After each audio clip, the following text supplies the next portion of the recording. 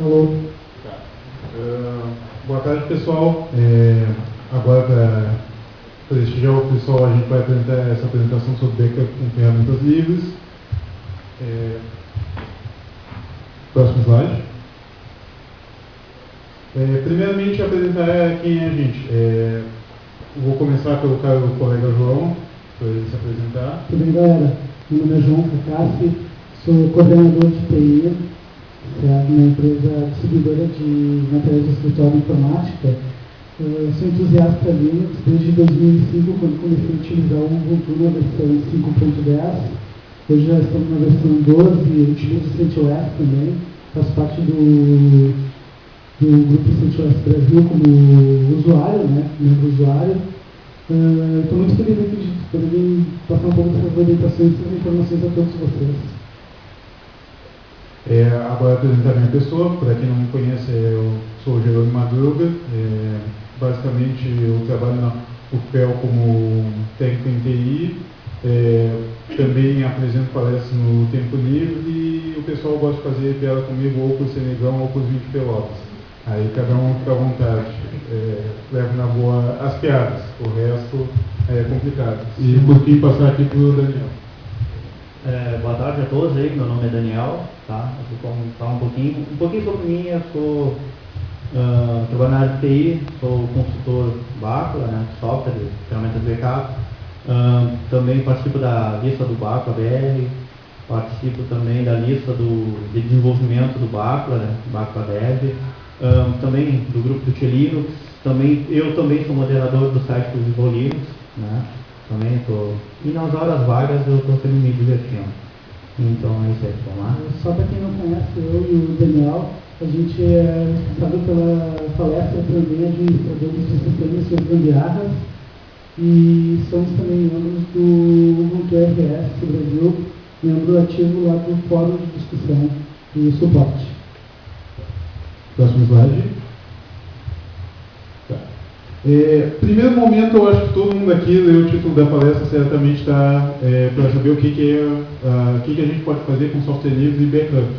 Mas acho que antes tem que ter uma certa reflexão. O que vai vir a ser esse backup?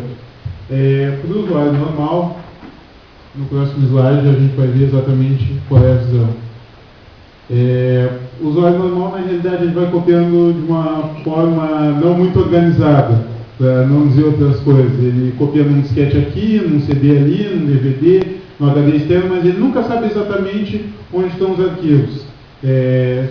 Se alguém tirar para uma reflexão nesse momento, pode até pensar, será que meu computador nesse momento tem os seus dados seguros?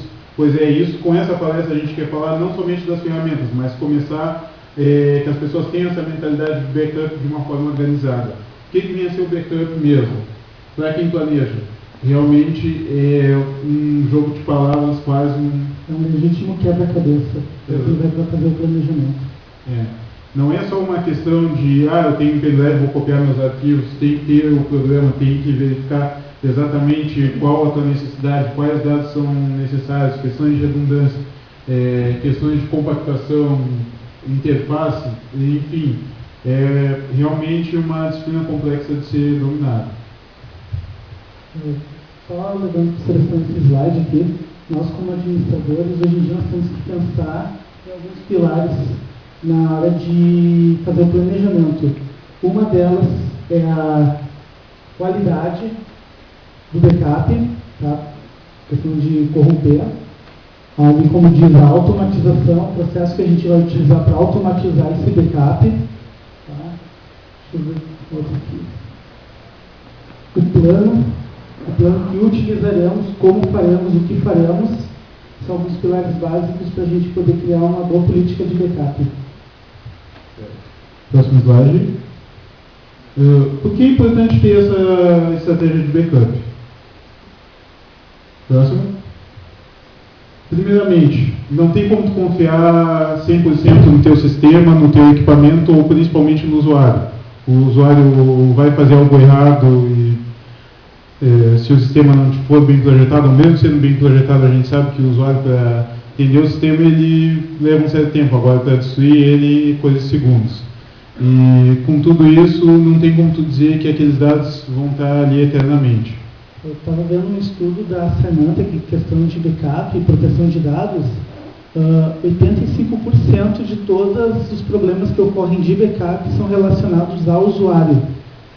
Então, o usuário, falta de cuidado, tipo, não ter proteção da senha, má compactação de arquivos, algum problema de configuração do sistema de arquivos ou diretórios, tudo pode levar a um erro fatal do sistema e perder aquele backup que é essencial na hora de poder restaurar caso precise, levando em consideração o que ocorreu em 11 de setembro, né, que muitas empresas faliram, fecharam suas portas pela falta do backup.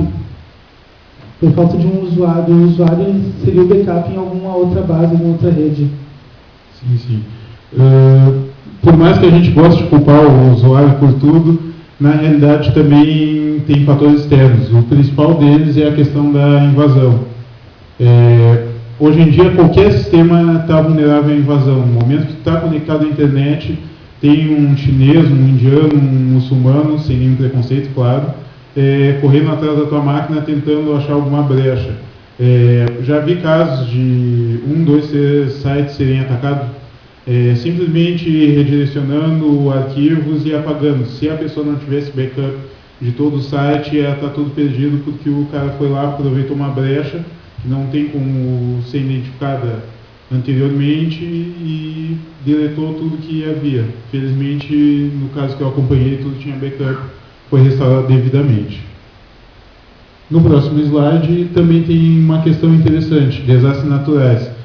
Muita gente acha que nunca vai acontecer comigo, mas não tem como tu prever isso. Um incêndio, uma enchente, ou até não chega a ser exatamente um desastre natural, mas no caso do 11 de setembro, mais de 70% das empresas sofreram com problemas de restauração dos dados perdidos nesse incidente.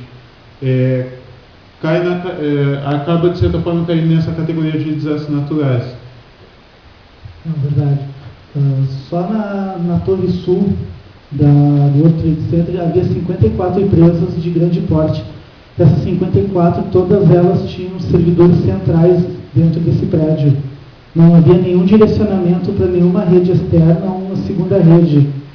O que ocorreu de ter 70% delas terem fechado as portas por não ter conseguido recuperar seus dados que eram seus dados essenciais.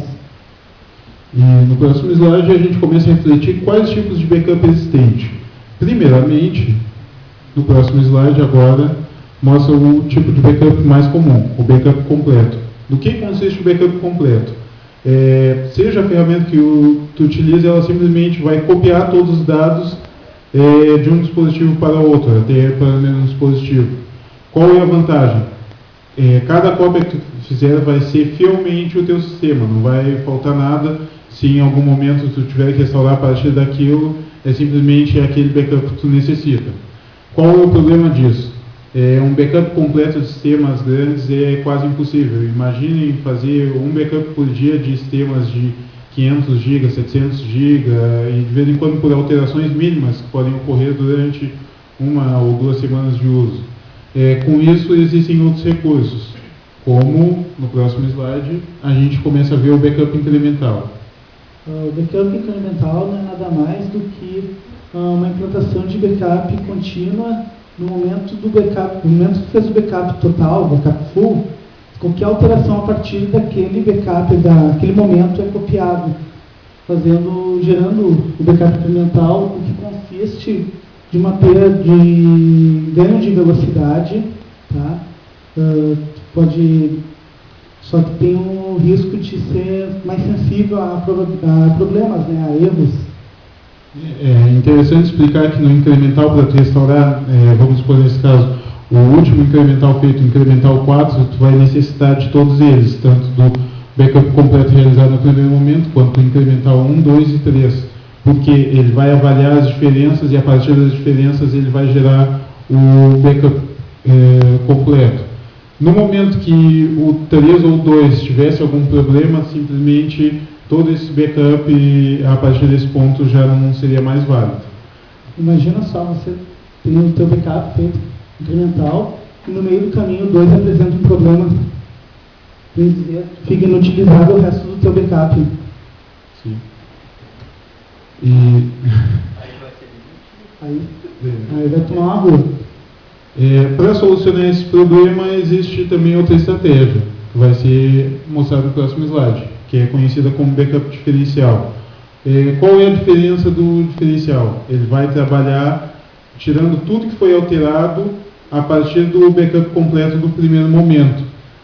Como se fosse um incremental, só que toda vez ele vai fazer um incremento separado, não vai depender dos outros.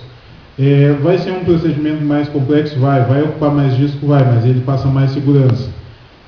Qual dessas fórmulas vai ser a melhor fórmula para trabalhar o teu backup? No fundo, nenhuma delas. Tu vai alternar entre todas elas. Tu vai fazer em parte o backup completo, em parte o backup diferencial, em parte o incremental. Alternando essas técnicas de forma sólida, tu vai ter uma estratégia interessante de backup que vai te trazer segurança, ao mesmo tempo que vai ter velocidade e não vai ocupar tanto espaço em disco. Próximo slide. Agora a gente vai falar um pouco das ferramentas e quais as opções que a gente tem com software livre. O RSync consiste de um algoritmo, tá, de transmissão. Um algoritmo de transmissão de dados, de backup, dentro do próprio servidor.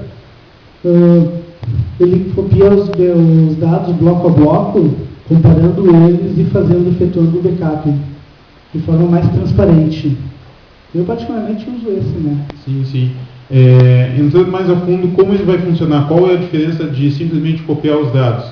Que quando ele quebra esse bloco, ele vai comparar os blocos a partir do checksum, que ele utiliza uma fórmula matemática para verificar se o conteúdo dos blocos é igual. No momento que o conteúdo dos blocos, vamos supor, bloco 1 e bloco 2, que existem no backup, são iguais, ele não vai copiar, porque isso seria um desperdício de recursos. Mas no momento que tiver alguma diferença entre esses blocos, ele vai copiar exatamente essa diferença. O que tu vai ganhar com isso? Vai ganhar na questão de velocidade, tu vai ganhar na questão de poder incrementar, realizar um backup incremental ou diferencial, de acordo com a tua configuração. Eu gosto de classificar o RSync como o canivete suíço dos backups. O que tu imaginar que tu pode fazer em termos de backup, tu pode fazer com ele. E complementando, no próximo slide, a gente vai falar exato, do SSH e SCP. Aonde o RSync peca? O RSync ele é ótimo em toda essa questão de como tu vai gerenciar os teus dados, mas ele não é um protocolo que gerencie como eles são transmitidos. O SSH e o SCP, eles acabam agregando isso à ferramenta, tanto o RSync quanto outros, ou até mesmo eles sozinhos. O que vai acontecer? Ele consegue criptografar os dados que estão sendo transmitidos, então tu vai ter segurança que os dados não podem ser interceptados por terceiros e eles vão saber exatamente qual o conteúdo. Se eles interromperem a tua transmissão e verificarem o que está sendo transmitido, para eles, a não ser que eles tenham a tua chave de criptografia, não tem como saber quais são os dados que foram copiados. O crontab. O crontab é um ótimo agendador de tarefas que a gente pode utilizar para fazer o nosso backup, agendar o nosso backup. Não é a tarefa mais recomendada, mas serve também como um canivete suíço para a gente que está para agendar o nosso backup dentro de um servidor ou para inserir dados via SSH para alguma outra máquina da rede que a gente quiser salvar. Nesse slide aqui nós temos, né, uma imagem, né, de como funciona a questão do crontab, né? É relativamente simples. Ele vai ter essa linha de comando que ela vai ser desmembrada em alguns elementos. O primeiro elemento, como é indicado aqui, é o minuto, quando ele vai ocorrer, posteriormente a hora, o dia do mês. Por que ele usa o asterisco? Porque nesse caso ele está fazendo todos os dias. O mês, que aí é a mesma questão, todos os meses. O dia da semana, que aí tu pode especificar. O sétimo dia pode ser feito o sétimo dia seria o domingo. Qual o usuário que vai executar o comando e, por fim, o comando a ser executado. Não é uma ferramenta específica só para backup, ele gerencia quase todas as atividades que têm que ser agendadas no teu sistema. mas certamente para backup ele vai ser uma mão na roda, porque não adianta tu fazer só aquele backup manual quando te lembra, porque, convenhamos, a memória humana não é das melhores. Só implementar uma coisa, implementando, quantos aqui utilizam o Chrome hoje em dia? Todos vocês utilizam. Então, volta e meia, quando vocês formatam provavelmente uma máquina e deixam o nome do usuário em outra partição, é bem comum vocês pegar e agendar no Chrome para toda vez que ele iniciar a máquina, ele fazer uma verificação, ou fazer uma verificação de tanto em tanto tempo para localizar essa partição, né? Mais ou menos parecido como funciona no rc.local, para fazer a montagem dessa partição e a verificação dela. Pelo menos para mim sempre funcionou, nunca me deixou na mão. E seguindo no próximo slide, a gente vai falar um pouco de RAID. Primeiramente, muita gente tem a visão que a gente vai mostrar agora no próximo slide, que é o famoso RAID mata insect. Mas não é esse que a gente vai falar hoje, não vamos fazer propaganda. O RAID, na realidade, é Redundant Array of Inexpensive Disks, e traduzindo esse meu inglês quebrado, seria conjunto de discos inexpensivos. Qual é a ideia por trás? Tu ter diversos discos baratos, que é o HD hoje em dia, se a gente for comparar, caiu muito o preço, e a partir desses conjuntos tu poder aplicar redundância e também dividir a forma como os dados são armazenados. Qual vai ser a vantagem disso? Tu vai ter 2 ou mais discos exatamente com o mesmo conteúdo e a partir disso tu pode ter redundância. Só que é interessante citar, redundância não é backup. Redundância permite que se um disco falhar, exatamente o outro disco vai assumir e o teu sistema vai estar seguro, beleza. Mas se os dados forem corrompidos, eles vão ser corrompidos os 2 ao mesmo tempo. Se alguém invadir, ele vai invadir e vai causar 2 danos aos mesmos tempos. Ou seja, no momento que for implementar RAID, implemente RAID junto com uma solução de backup. Agora, quando mostrar as RAID, a gente consegue implementar mais informações para eles. Não, é que acabou que a gente tirou para deixar mais espaço para o backup. Tá só então implementando. Existem 2 tipos de RAID mais utilizados, o RAID 0 e o RAID 1. O RAID 0 consiste apenas em velocidade. RAID 1 consiste em redundância. Então, assim, tu está usando o RAID 1 no seu computador, mesmo que tu perca um HD, não te isenta de você precisar ter que colocar outro HD e refazer a RAID, tá? Vai continuar trabalhando só com HD. E se estiver trabalhando com RAID 0, perdeu um HD, lascou. Perdeu tudo, já que metade dos teus dados vão estar no HD corrompido. Tá? Eu vou passar agora aqui para o nosso colega aqui, Daniel, fazer a apresentação dele do BAC. Ainda não? Ainda não. Pô, não entrou? Já era. Agora a gente vai apresentar 2 ferramentas que é mais ou menos tranquila, depois dessa pequena confusão aqui na apresentação do palestrante, que é focada no backup para computadores pessoais. No próximo slide, uma das ferramentas mais comuns é o Lucky Backup, ele é baseado no rsync. E qual é a vantagem dele de tu utilizar no lugar do rsync? O rsync, como a gente iria demonstrar, mas não teria tempo para ir tão a fundo nesse momento, ele é uma ferramenta voltada para a linha de comando. Enquanto o Lucky Backup ele é extremamente fácil de utilizar, ele já integra um gerenciador de tarefas que tem como tu fazer toda a tua rotina de backup a partir dele.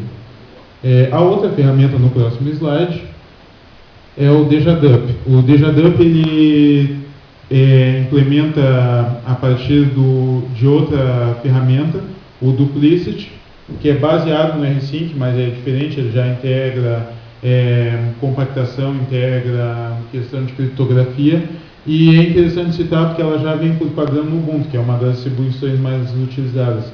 Então, para quem utiliza o Ubuntu, sabe que já tem uma ferramenta de backup integrada, é só começar a utilizar ela e configurar. E é uma interface simples e fácil.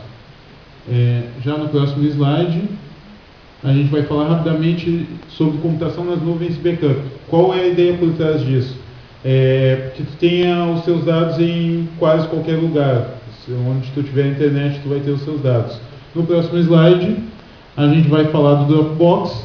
que é uma das ferramentas mais comuns. Dropbox não é software livre, apesar de ele ter para Linux, ter para Android, ter cliente para BSD, para Windows, enfim, onde tu achar, qualquer sistema quase que existe vai ter uma ferramenta para utilizar o Dropbox. O grande detalhe dele é que tu pode utilizar, como disse em quase todos, ele tem armazenamento gratuito e 2 GB. 2 GB fora bônus e para quem pode expandir.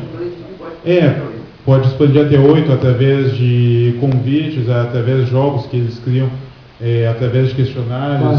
Sim, olha, de nuvem assim, foi o melhor assim, que eu pude utilizar. Muito bom mesmo. E outra opção interessante, no próximo slide, é o Ubuntu One. O Ubuntu One é interessante para quem já utiliza o Ubuntu e também é interessante citar que o cliente todo do Ubuntu One é software livre. O grande detalhe é que ele ainda não está tão maduro quanto o Dropbox, mas principalmente para quem já utiliza o Ubuntu, já está no sistema, não tem nem que esquentar. E por fim, a única opção que é totalmente livre, que é o Sparkle Share. O Sparkle Share foi criado pelo pessoal do Gnome e já tem alguns projetos que estão utilizando. Quem tem, no caso, conta no GitHub, por acaso, pode gerenciar através do Sparkle Share os seus arquivos.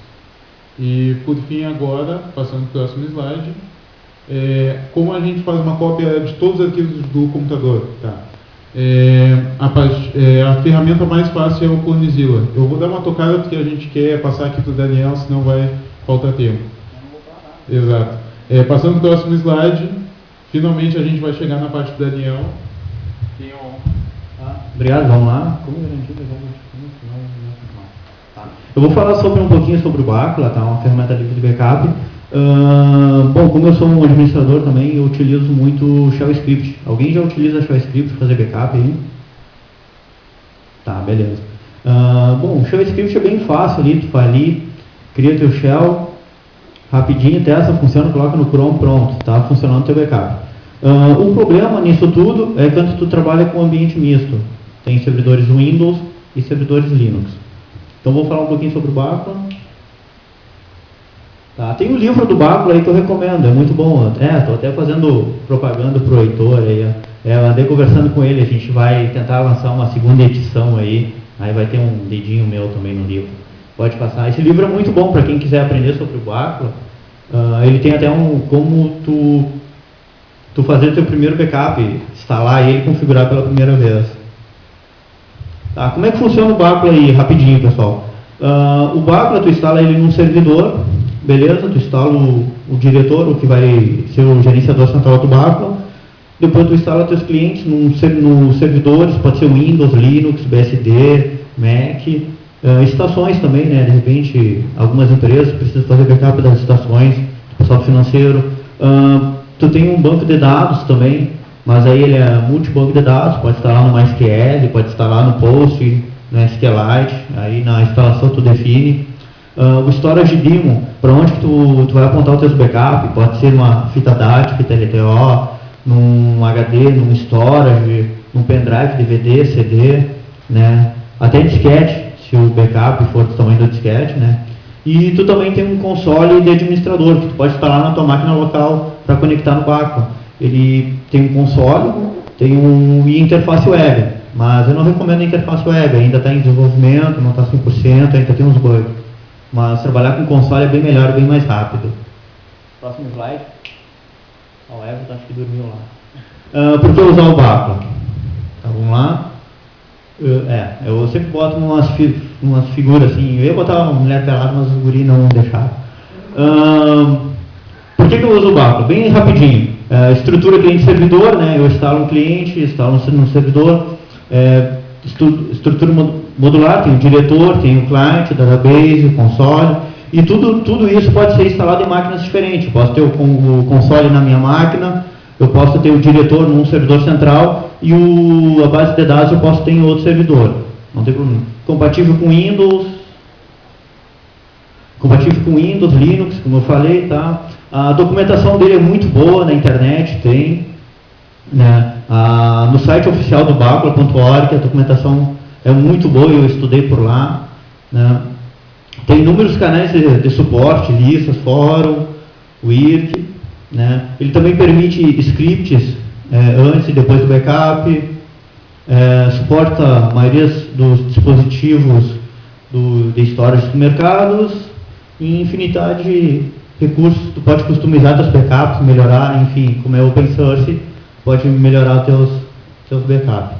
E aqui vai algumas informações.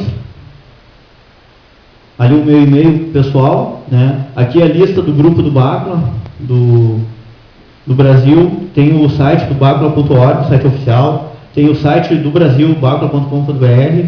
E tem o canal do IRC no Freenode, que é o Bacula e o Bacula BR. Eu estou divulgando mais o canal do Bacula BR, porque por enquanto o pessoal está usando muito pouco, né? Mas essas duas listas são muito boas para adquirir suporte. Então, quem tiver alguma dúvida pode me procurar aí, né, para trocar uma ideia. Agora eu vou passar para o... Eu acho que já estourou o tempo.